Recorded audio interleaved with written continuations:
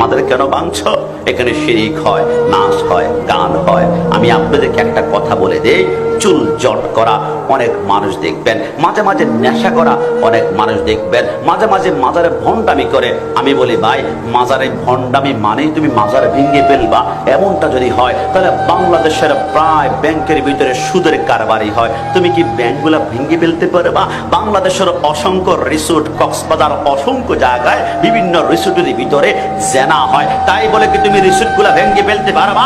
বাংলাদেশে অসংখ্য ফাউন্ডেশন আছে যারা কোটি টাকা ত্রাণের টাকা পেয়ে তারা বিভিন্ন ব্যাংকে আজকে সুদের কার করে। ওই ফাউন্ডেশনগুলা বন্ধ করতে পারবে? আরে না, সেইখান থেকে তুমি ইসলাম বিরোধী জিনিসগুলো সরাই ফেলতে হবে। চুল জট বলো, নাশাখোর বলো, ভণ্ডামি বলো, শিরকি বলো, সেইগুলো সরাও। কিন্তু আউলিয়া কেরামের মাজারে হাত দিলে তোমাকে লাঞ্ছিত হতেই হবে। কথা বলুন ঠিক কিনা?